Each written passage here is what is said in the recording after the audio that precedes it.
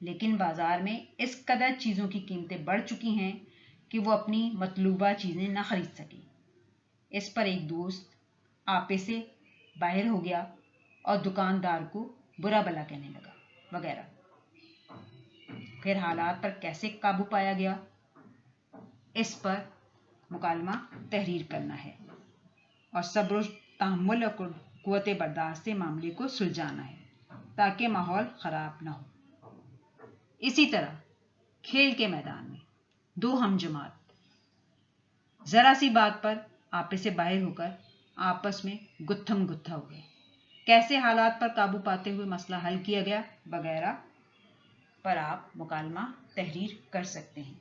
مجھے امید ہے کہ مندرجہ بالا نکات کو مد نظر رکھتے ہوئے آپ بہترین مکالمہ تحریر کریں گے۔